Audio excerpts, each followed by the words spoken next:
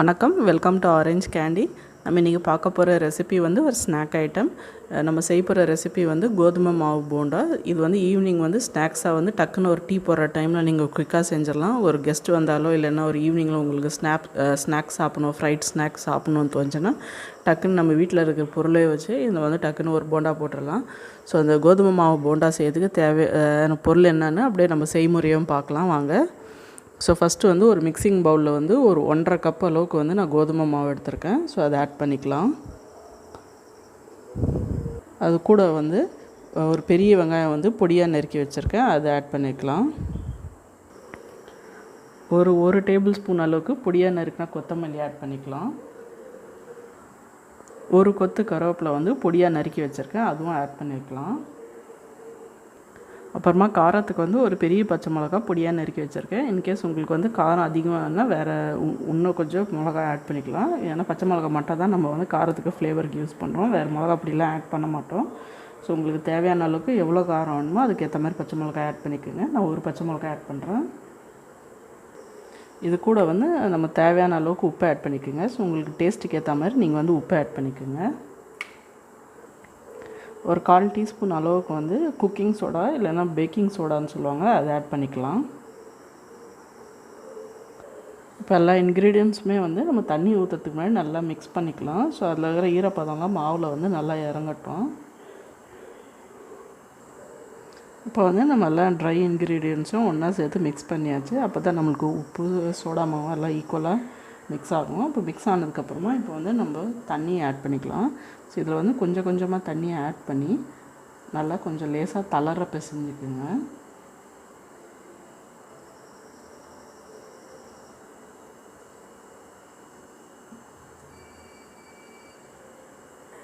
இப்போ பாருங்கள், நம்ம மாவு பிசைஞ்சாச்சு. இது பாருங்கள் எவ்வளோ தளர இருக்குது. அப்படியே போண்டா மாதிரி விட்டால் வர்றதுக்கு இந்த மாதிரி இருக்கணும். இது வந்து சுமாராக எனக்கு வந்து 1.5 கப்பு மாவுக்கு அப்புறம் இவ்வளோ இன்க்ரீடியன்ட்ஸ் ஆட் பண்ணதுக்கப்புறமா 1 கப்பு தண்ணி தேவைப்பட்டுச்சு. ஸோ வாங்க, எண்ணெய் சூடாகிடுச்சு. இப்போ வந்து நம்ம போண்டா சுட்டு எடுத்துடலாம். ஃபஸ்ட்டு வந்து நம்ம ஒரு சின்ன ஒரு துண்டு போட்டு பார்க்கலாம் எண்ணெய் சூடாகிடுச்சா இல்லையான்னு.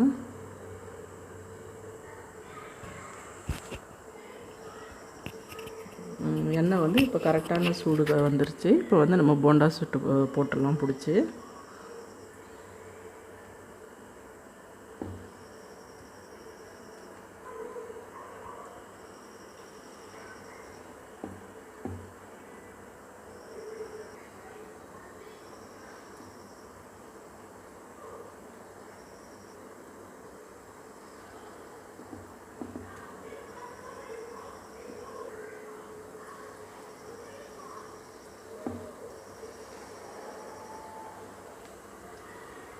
இது வந்து நல்லா ஒரு மீடியம் ஃப்ளேமில் வச்சு பொரிச்சுக்குங்க. அப்போ தான் வந்து உள்ளியும் நல்லா வேகும்.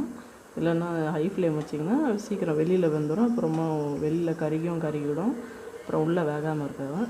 ஸோ வந்து மீடியம் ஃப்ளேமில் வச்சு நல்லா வந்து பொரிச்சுக்குங்க. அப்போ தான் உள்ளேயும் அது நல்லா வேகும். இப்போ பாருங்கள், இது எல்லாமே நல்லா கோல்டன் ப்ரௌன் கலர் ஆகிடுச்சு. இப்போ வந்து ரெடியாக இருக்குது. நம்ம இதை வந்து எடுத்துடலாம் எண்ணெயிலேருந்து.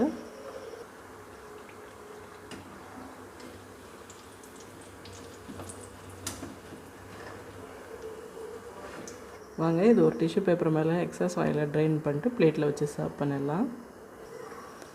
இப்போ பாருங்கள், நம்மளுக்கு சூப்பரான ஈஸியான கிறிஸ்பியான டேஸ்டியான கோதுமை மாவு போண்டா குயிக்குன்னு டக்குன்னு ஒரு 10 மினிட்ஸில் ரெடி ஆகிடுச்சு. ஜஸ்ட்டு வீட்டில் இருக்கிற சிம்பிளான இன்க்ரீடியன்ட்ஸ் வச்சு ஒரு டீ போடுற டைமில் டக்குன்னு நம்ம ஒரு ஸ்நாக் ரெடி பண்ணிட்டோம். அது வந்து எவ்வளோ ஈஸியாக நம்ம செய்ய முடியுதோ அவ்வளோ டேஸ்டியாகவும் இருக்கும் இந்த ஸ்நாக். கண்டிப்பாக இந்த ரெசிபியை ட்ரை பண்ணி பாருங்கள், உங்களுக்கும் பிடிக்கும்னு நினைக்கிறேன். ட்ரை பண்ணி பார்த்துட்டு எப்படி இருந்துச்சுன்னு கீழே கமெண்ட் செக்ஷனில் சொல்லுங்கள். இது பாருங்கள், இது எவ்வளோ கிறிஸ்பியாக இருக்குது. வெளியில் அவுட்டர் பார்த்தாலே தெரியும். நல்லா கெச்சப் தொட்டு சாப்பிட்டா நல்லா சூப்பரான காம்பினேஷனுங்க, நல்லா சூப்பராக இருக்கும். கண்டிப்பாக இந்த ரெசிபி ட்ரை பண்ணி பாருங்கள், உங்களுக்கும் பிடிக்கும்னு நினைக்கிறேன். ட்ரை பண்ணி பார்த்துட்டு எப்படி இருந்துச்சுன்னா அப்புறமா கமெண்ட் செக்ஷனில் சொல்லுங்கள். அப்புறம் இந்த வீடியோ உங்களுக்கு பிடிச்சிருந்தால் லைக் பண்ணுங்கள், ஷேர் பண்ணுங்கள். அப்புறம் மறக்காமல் எங்கள் சேனல் ஆரஞ்ச் கேண்டிக்கு சப்ஸ்கிரைப் பண்ணுங்கள். நன்றி, வணக்கம்.